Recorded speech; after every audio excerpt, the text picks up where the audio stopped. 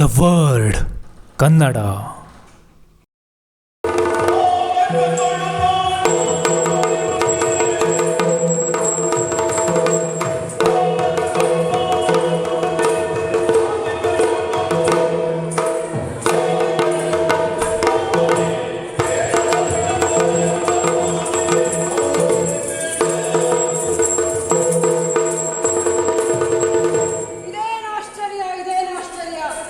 ಚಾಲಕರೇ, ಇದ್ದಕ್ಕಿದ್ದ ಹಾಗೆ ಪ್ರವೇಶ ಮಾಡಿದ್ದೀರಲ್ಲ, ಏನಾಯಿತು? ರಾಜ್ಯದಲ್ಲಿ ಕ್ಷೇಮವಾಗಿದ್ದಾರಷ್ಟೇ, ವಿಶೇಷತೆ ಏನಿದೆ? ಯಾಕೆ ಬಂದಿದ್ದೀರಿ? ಏನು ವಿಷಯ? ನಿಮ್ಮಲ್ಲಿ ಒಂದು ವಿಷಯ ಹೇಳುವುದಕ್ಕೆ ಬಂದಿದ್ದು. ಹೇಳಿರಿ, ಅದಕ್ಕೇನು? ಹೇಳಬೇಕೋ ಬೇಡವೋ ಎಂಬ ಗೊಂದಲದಲ್ಲಿದ್ದೇವೆ. ಗೊಂದಲ ಎಲ್ಲ ಬೇಡ, ಹೇಳಿ ಹೇಳಿ. ಆದರೆ ಸ್ವಾಮಿ,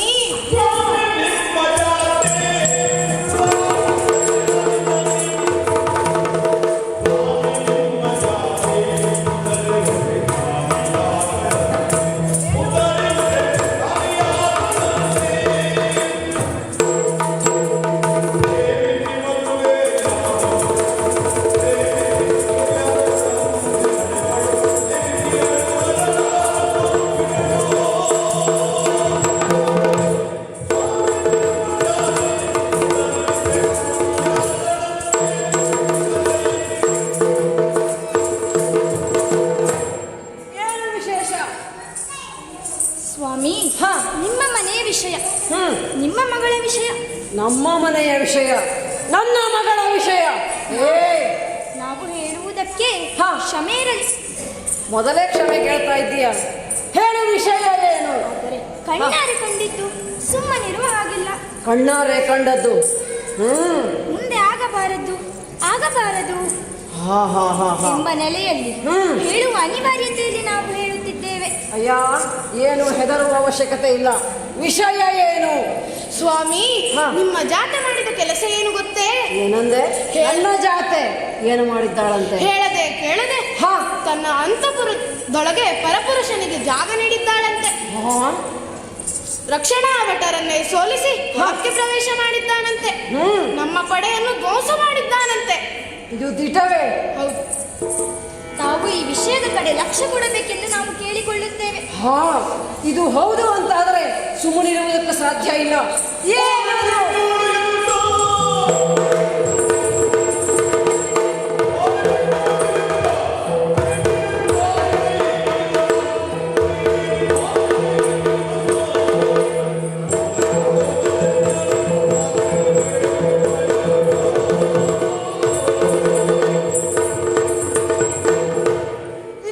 ವಿಶೇಷವೇ ಹೌದು. ನನ್ನ ಮಗಳು ಇನ್ನೂ ಚಿಕ್ಕವಳು, ಸಣ್ಣವಳು. ನನ್ನನ್ನು ಕೇಳದೆ ಏನು ಮಾಡಲಿಕ್ಕಿಲ್ಲ ಎನ್ನುವ ಹಾಗೆ ಬೆಳೆಸಿದ್ದೇನೆ. ಅತಿ ಮುದ್ದಿನಿಂದ ಬೆಳೆಸಿದ್ದೇನೆ ಆ ನನ್ನ ಮಗಳನ್ನು. ಅಂತಹ ನನ್ನ ಮಗಳು ಏನಂದೆ? ಇಡೀ ಶೋಣಿತಾಪುರವೇ ನನ್ನ ಬಗ್ಗೆ ಮಾತನಾಡುವಂತೆ ಮಾಡಿದೆ ಅಂತಾದರೆ ಇದು ನನಗೆ ಅವಮಾನದ ಪ್ರಶ್ನೆ. ಯಾರು ಈ ಬಾಣಾಸುರ? ಇವನ ಯೋಗ್ಯತೆ ಏನು? ಇದು ಅವಮಾನ ಅಂತ ಭಾವಿಸ್ತಾ ಇದ್ದೇನೆ. ತಡ ಮಾಡಲಿಕ್ಕಿಲ್ಲ. ವಿಷಯವನ್ನು ಏನು ಎನ್ನುವುದಾಗಿ ಕೇಳಬೇಕು ಎನ್ನುವ ನೆಲೆಯಲ್ಲೇ ನೇರವಾಗಿ ನನ್ನ ಮಗಳ ಅಂತಃಪುರಕ್ಕೆ ಸಾಗೋಣ. ನಡೆಯಿರಿ ನಡೆಯಿರಿ.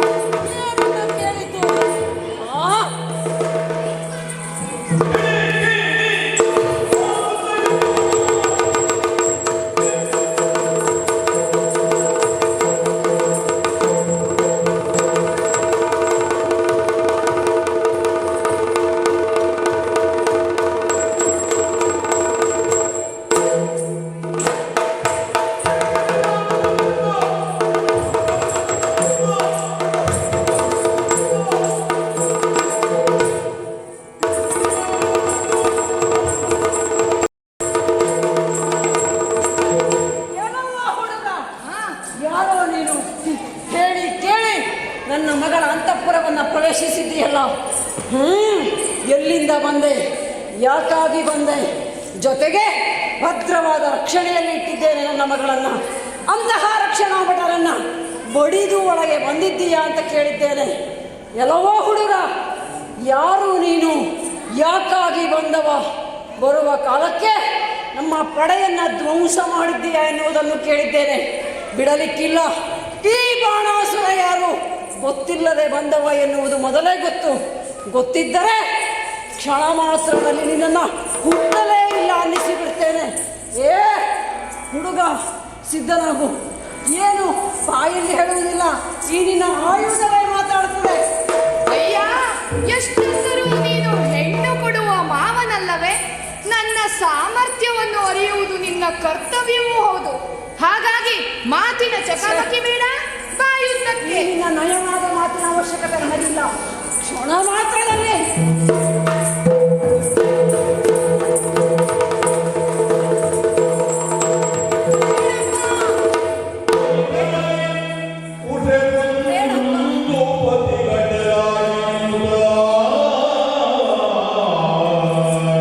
ಏನಿದು? ಬೇಡಪ್ಪ. ಯಾರಲ್ಲಿ? ಬನ್ನಿ, ಈ ಹುಡುಗನನ್ನ ಹೆಡೆಮೂರಿಗೆ ಕಟ್ಟಿ ಬಂಧನದಲ್ಲಿಡಿ. ಯಾರಲ್ಲಿ ಬನ್ನಿ.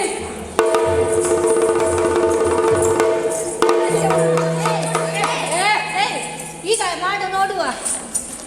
ಏ ನೋಡಿ,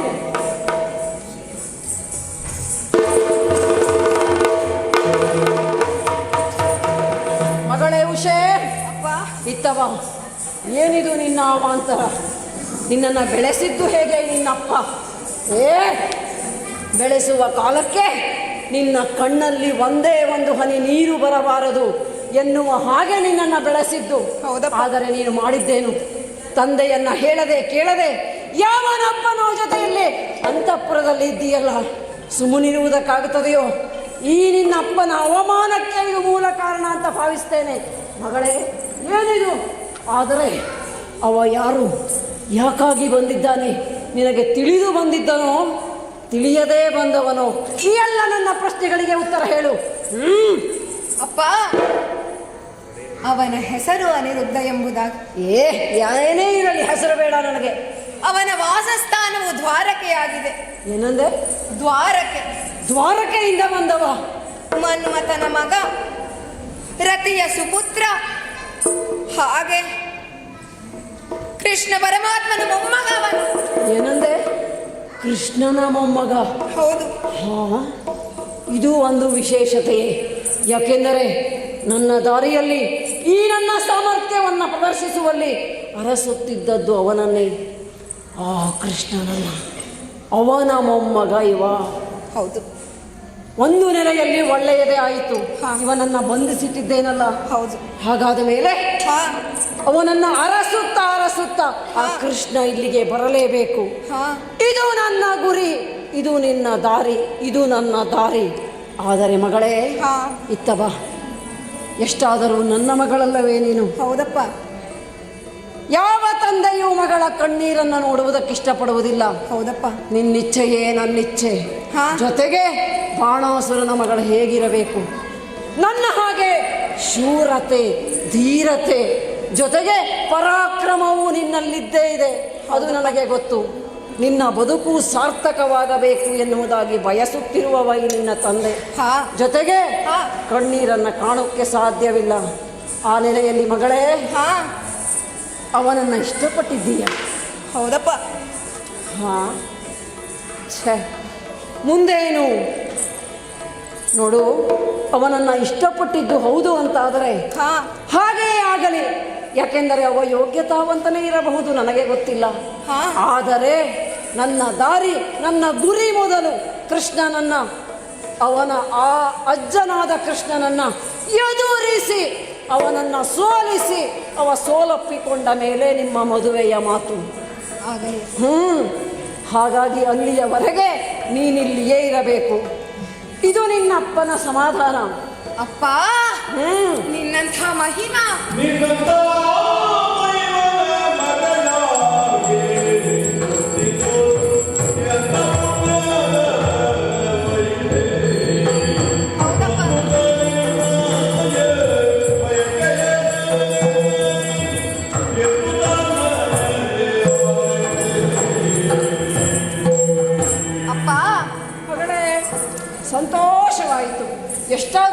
ಮಗಳಲ್ಲವೇ?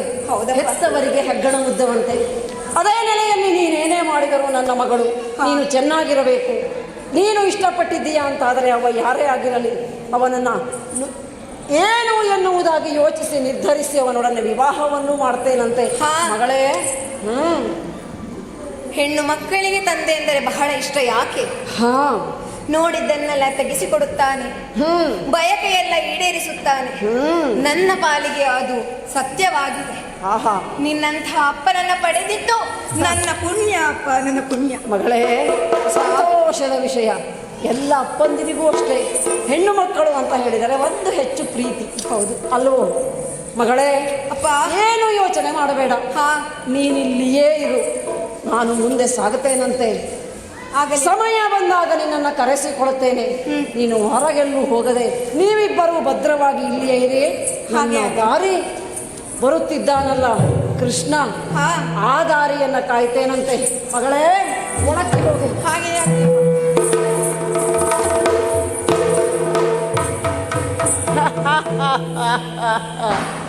ಆಯಿತಲ್ಲ, ನನ್ನ ದಾರಿ ಸುಗಮವಾಗಿ ಸಾಗುತ್ತಾ ಇದೆ. ಈ ನಿನ್ನ 1000 ತೋಳುಗಳಿಗೆ ಸಾಮರ್ಥ್ಯವನ್ನು ತೋರಿಸುವ ಸಮಯ ಬಂದಿದೆ ಅಂತ ಭಾವಿಸ್ತಾ ಇದ್ದೇನೆ. ಯಾಕೆಂದರೆ ಕರುವನ್ನು ಕಟ್ಟಿ ಹಾಕಿದ್ದೇನೆ. ಹಸು ಬಂದೇ ಬರಲೇಬೇಕು. ಆ ನೆಲೆಯಲ್ಲಿ ಕೃಷ್ಣ ಬಂದೇ ಬರ್ತಾನೆ ಎನ್ನುವಂತಹ ಭರವಸೆ ಇದೆ. ಆ ನೆಲೆಯಲ್ಲಿ ಅವನ ಬರವನ್ನು ಕಾಯುತ್ತಾ ಅತ್ತ ತೆರಳೇನಂತೆ.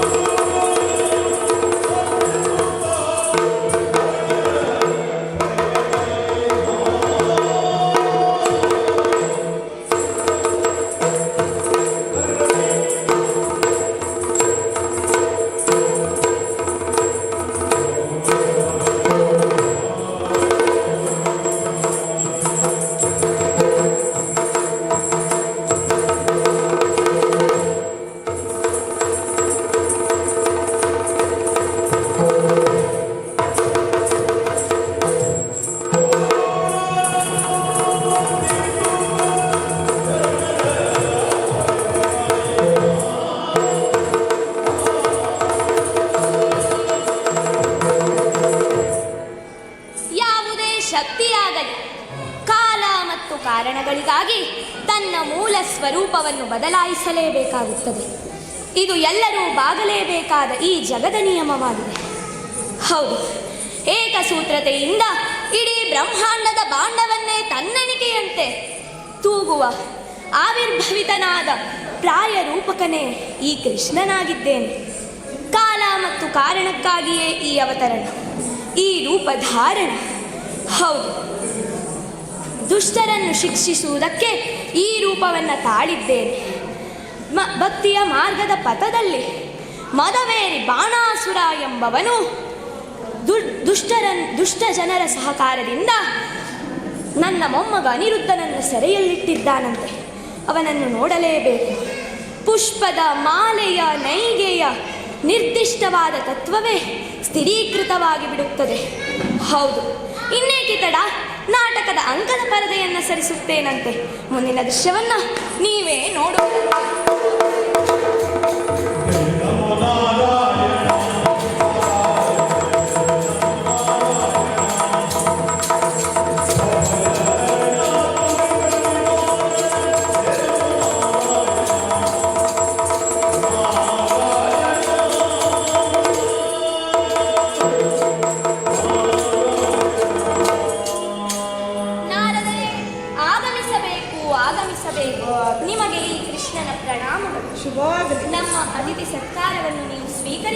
ನಾರದರೆ.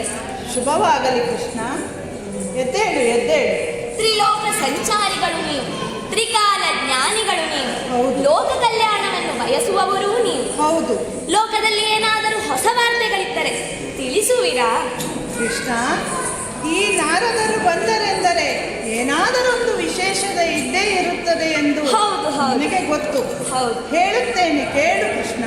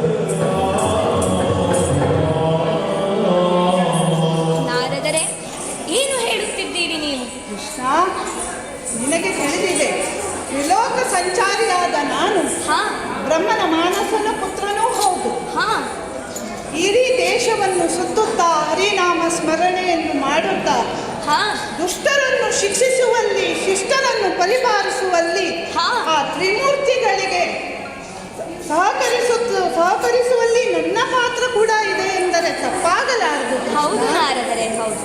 ಆದರೂ ಈ ನಾರದನನ್ನು ಚಾಡಿಕೋರ ಎಂದು ಕರೆದದ್ದೂ ಉಂಟು.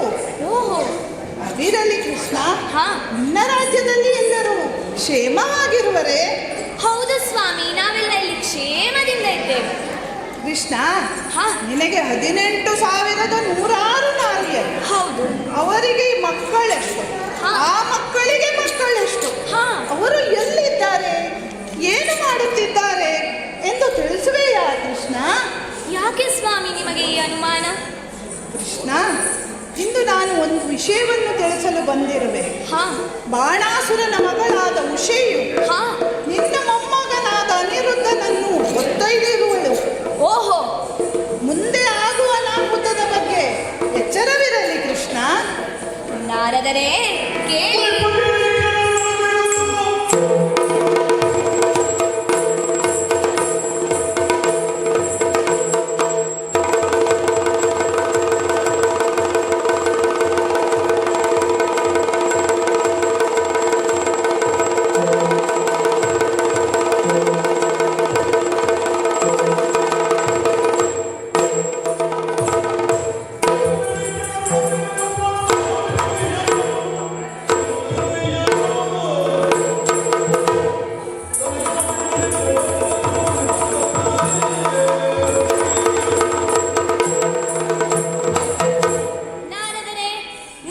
ವಿಷಯವನ್ನ ತಿಳಿದಿದ್ದೇನೆ. ಮೊಮ್ಮಗನ ರಕ್ಷಣೆ ಇನ್ನು ನನ್ನ ಹೊಣೆ. ನೀವಿನ್ನು ನಿಶ್ಚಿಂತೆಯಿಂದ ತೆರಳಬಹುದು. ಆಗಲಿ ಕೃಷ್ಣ, ನಾನಿನ್ನು ಹೊರಡುತ್ತೇನೆ. ನಾನು ಯಾದವ ಸೇನೆಯನ್ನ ಕೂಡಿ ಆ ಬಾಣಾಸುರನ ಜೊತೆ ಯುದ್ಧ ಮಾಡಲಿಕ್ಕೆ ಹೊರಟಿದ್ದೇನೆ. ಆಗಲಿ ಕೃಷ್ಣ, ಬರುತ್ತೇನೆ.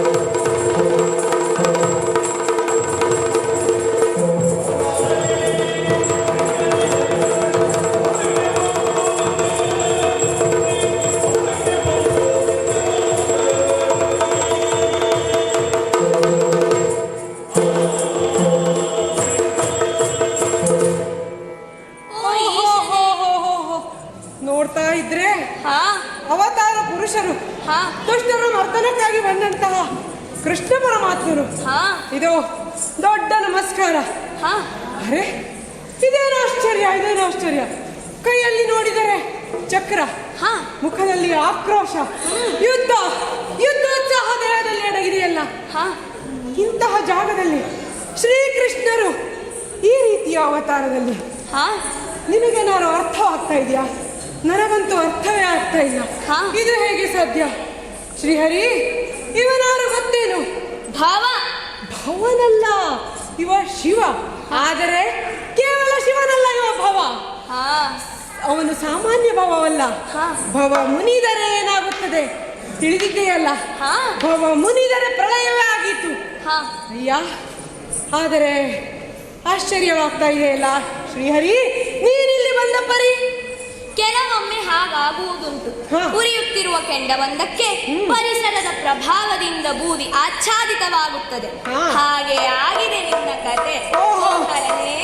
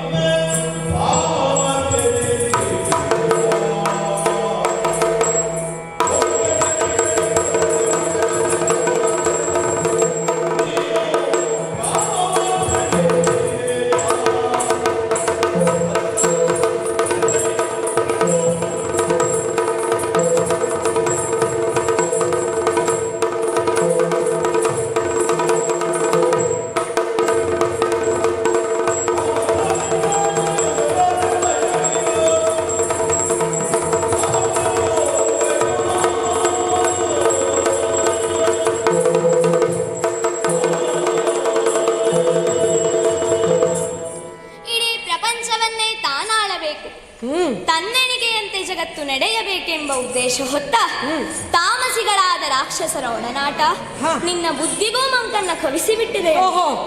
ಅದು ನನಗೆ ಆಶ್ಚರ್ಯವನ್ನ ತಂದಿದೆ.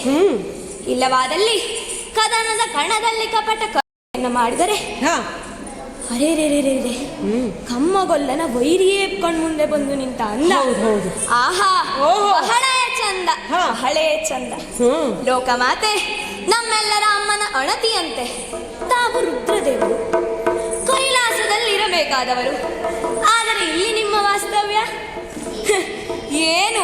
ಅಲ್ಲಿಯ ಶೀತಕ್ಕಿಂತ ಇಲ್ಲಿಯೇ ಹಿತವೆನಿಸಿರಬೇಕಲ್ವೇ? ಹಾಗಾದರೆ ಇದೋ ತಮಗೊಂದು ದೊಡ್ಡ ನಮಸ್ಕಾರ. ಶ್ರೀಹರಿ, ನನಗೆ ಶೀತವೇ. ಎಲ್ಲಿ ನೋಡು, ಹಣೆಯಲ್ಲಿ ನಿಟಿಲಾಗ್ನಿ, ಸದಾ ಬಿಸಿಯಾಗಿರುವವನು ನಾನು. ಇದು ಬಿಸಿಯಾದರೆ ಗೊತ್ತಲ್ಲ, ಪ್ರಪಂಚವೇ ಬೂದಿಯಾದೀತು. ನಿಮ್ಮ ಸಮಸ್ಯೆ ಏನು, ನಾನಿಲ್ಲಿರುವುದು ಯಾಕೆ ಎಂಬುದಾಗಿ ಅಲ್ಲವೇ? ಅದಕ್ಕೆ ಉತ್ತರವನ್ನು ಹೇಳ್ತೇನೆ, ಕೇಳಿ.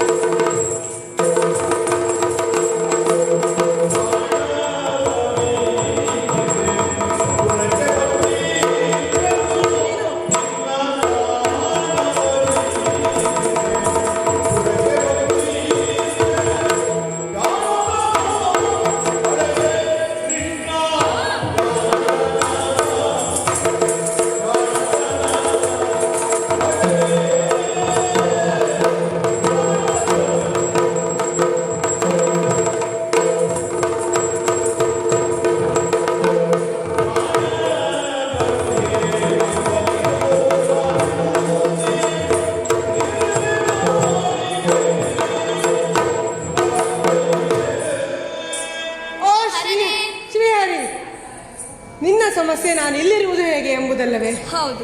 ಬಾಣನ ಭಕ್ತಿಗೆ ಒಲಿದು ಇಲ್ಲಿ ಬಂದಿರುವವನು ನಾನು. ನಿನಗೆ ತಿಳಿದಿರುವುದೇ ಇಲ್ಲದೆ ಏನು? ಭಕ್ತರು ಎಂದರೆ ನಾನು ಏನು ಬೇಕಾದರೂ ಕೊಡುವವನು, ಯಾವುದಕ್ಕೂ ಹಿಂದೆ ಮುಂದೆ ನೋಡುವವನಲ್ಲ ನಾನು. ಅದು ಹಾಗಾದೀತು, ಅದು ಹೀಗಾದೀತು ಎಂಬ ಜಿಪುಣತನದ ಭಾವನೆಯೆಲ್ಲ ನಿನಗೆ ಬಿಟ್ಟು ಬಿಟ್ಟಿದ್ದೇನೆ. ನೀನು ಒಮ್ಮೆ ಭೂಲೋಕದಲ್ಲಿ ಇಣುಕಿ ನೋಡು. ದೊಡ್ಡ ಬಂಡೆಯಲ್ಲಿದ್ದಲ್ಲೊಂದು ಭೂತ, ದೊಡ್ಡ ವೃಕ್ಷದಲ್ಲಿದ್ದಲ್ಲೊಂದು ಜಟುಕ, ಹರ ಗಣಗಳಿಗೆ ನೈವೇದ್ಯವೇ ನೈವೇದ್ಯ, ಭಕ್ಷ್ಯ ಭೋಜನಗಳು, ಪೂಜೆ ಪುನಸ್ಕಾರಗಳು. ನೆನಪಿಸಿಕೊಂಡರೆ ಸ್ವತಃ ಶ್ರೀಹರನಲ್ಲ ಹರಿ, ನೀನು ಕೂಡ ನಿನ್ನ ಪುರವನ್ನು ಮರೆತು ಬಿಡುತ್ತೀಯ ಎಂದೆನಿಸುತ್ತದೆ. ಅಂತಹ ಭಕ್ತರ ಪ್ರೀತಿಗೆ ಪಾತ್ರನಾದವನು ಈ ಪರಮೇಶ್ವರ. ಶ್ರೀಹರಿ, ನೀನು ಕೇಳಿದೆಯಲ್ಲ, ಅಂತಹ ಬಾಣನ ಭಕ್ತಿಗೆ ಮೆಚ್ಚಿ ಇಲ್ಲಿಯೇ ವಾಸ್ತವ್ಯವನ್ನು ಹೂಡಿದವನು ನಾನು. ಅದು ನನ್ನ ಮತ್ತು ಅವನ ಸಂಬಂಧ. ಅದನ್ನು ಕೇಳುವ ಅಧಿಕಾರ ಯಾರಿಗೂ ಇಲ್ಲ. ಲೋಕದ ವ್ಯವಸ್ಥೆ ಅವಸ್ಥೆಗಳಿಗೆ ನಾನು ತಲೆಕೆಡಿಸಿಕೊಳ್ಳುವವನು ಅಲ್ಲ, ಕಿವಿ ಕೊಡುವವನು ಅಲ್ಲ. ದುರವೇ ದುರವಾದ ದುರ, ಅದಕ್ಕೂ ನಾನು ಸಿದ್ಧ.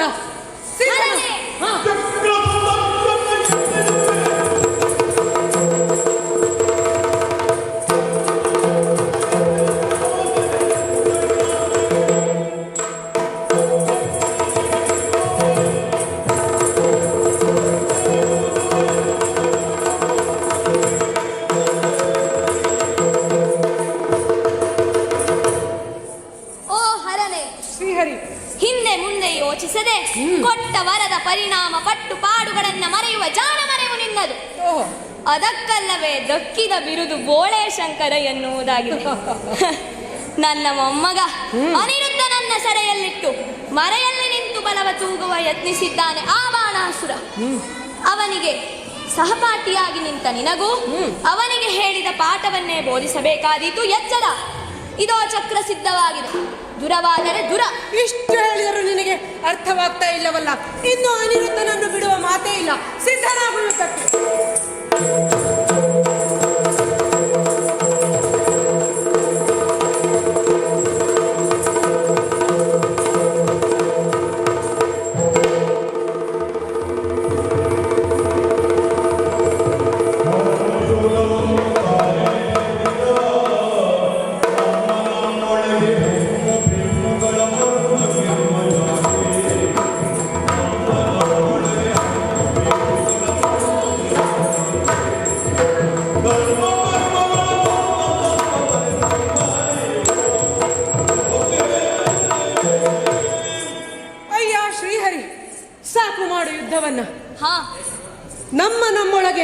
ಈ ಯುದ್ಧದ ಮದ ಯಾಕೆ?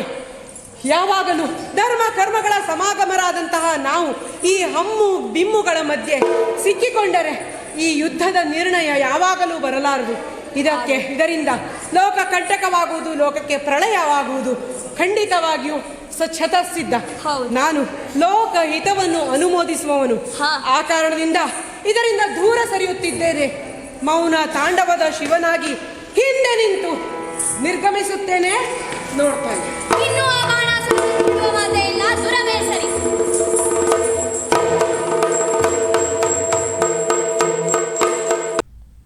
ವೀಕ್ಷಕರೇ, ನಮ್ಮ ಕೆಲಸ ನಿಮಗೆ ಇಷ್ಟ ಆಗ್ತಿದ್ರೆ ದ ವರ್ಡ್ ಕನ್ನಡ ಯೂಟ್ಯೂಬ್ ಚಾನೆಲ್ನ ಲೈಕ್ ಮಾಡಿ, ಶೇರ್ ಮಾಡಿ, ಸಬ್ಸ್ಕ್ರೈಬ್ ಮಾಡಿ ಹಾಗೂ ಬೆಲ್ ಬಟನ್ನ ಒತ್ತಿ. QR ಕೋಡ್ನ ಸ್ಕ್ಯಾನ್ ಮಾಡಿ UPIನಲ್ಲಿ ನಿಮ್ಮ ಪ್ರೀತಿನ ಹಂಚಿ. ನಮಸ್ಕಾರ.